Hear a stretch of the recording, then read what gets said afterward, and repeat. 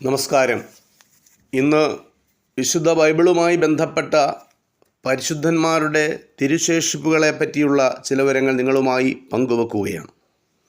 ഒരു പരിശുദ്ധൻ്റെ കാലശേഷം അദ്ദേഹവുമായി ബന്ധപ്പെട്ട് ഈ ലോകത്തിൽ അവശേഷിക്കുന്ന എന്തെങ്കിലും വസ്തുവിനാണ് തിരുശേഷിപ്പ് എന്ന് പറയുന്നത്. പഴയ നിയമകാലം മുതൽ തിരുശേഷിപ്പുകൾക്ക് ദിവ്യത്വം കൽപ്പിച്ചിരുന്നു. പ്രവാചകന്മാരുടെ അസ്ഥികൾക്കും അവർ ഉപയോഗിച്ചിരുന്ന മറ്റ് ശേഷിപ്പുകൾക്കും ദിവ്യത്വമുണ്ട് എന്ന് കാണിക്കുന്ന അനേകം സംഭവങ്ങൾ വിശുദ്ധ വേദപുസ്തകത്തിൽ രേഖപ്പെടുത്തിയിട്ടുണ്ട്.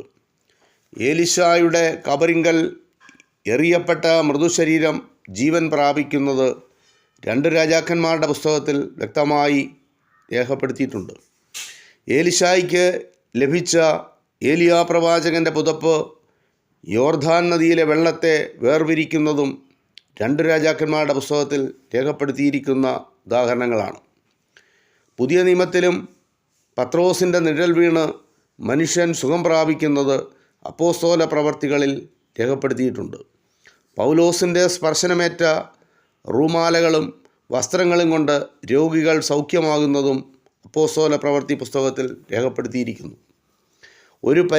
ഒരു പരിശുദ്ധൻ്റെ തിരുശേഷിപ്പിന് അദ്ദേഹവുമായി അഭേദ്യ ബന്ധമുള്ളതിനാൽ തിരുശേഷിപ്പിനെ ആദരിക്കുകയും അതിൻ്റെ മുമ്പിൽ ധൂപം വെക്കുകയും ചെയ്യുന്നത് ആ പരിശുദ്ധൻ്റെ തന്നെ മുമ്പിൽ വണങ്ങുന്നതിന് തുല്യമാണ്. അദ്ദേഹത്തെ ബഹുമാനിക്കുന്നതിൽ കൂടി ആ പരിശുദ്ധനെ ശക്തീകരിച്ച ദൈവത്തെയാണ് ബഹുമാനിക്കുന്നത്.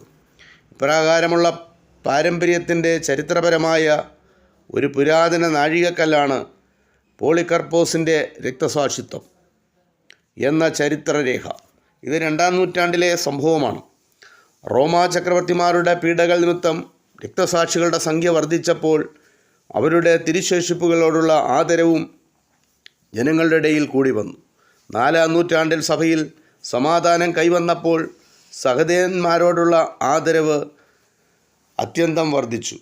അവരുടെ തിരുശേഷിപ്പുകളുടെ മുമ്പിൽ വണങ്ങുകയും പ്രാർത്ഥിക്കുകയും ചെയ്യുന്ന പതിവ് സഭയിൽ സാധാരണമായി. മധ്യശതകങ്ങളിൽ തിരുശേഷിപ്പുകൾക്ക് അമിത പ്രാധാന്യം റോമൻ സഭകൾ നൽകി. എന്നാൽ പ്രോട്ടസ്റ്റൻ്റ് സഭക്കാർ തിരുശേഷിപ്പുകളെ ആദരിക്കുന്ന പതിവ് പൂർണ്ണമായും തിരസ്കരിച്ചു. കിഴക്കൻ സഭകൾ ഈ 2 പ്രവണതകളും ഒഴിവാക്കുന്നു. പരിശുദ്ധന്മാരുടെ കബറിടങ്ങളിലേക്ക് തീർത്ഥയാത്രകൾ നടത്തുകയും അവരുടെ തിരുശേഷിപ്പുകളെ ബഹുമാനിക്കുകയും തിരുശേഷിപ്പുകളെ അവയുടെ ദിവ്യശക്തിയുടെ ഉറവിടമായി കണക്കാക്കുകയും ചെയ്യുന്നു. ഇതാണ് തിരുശേഷിപ്പുമായി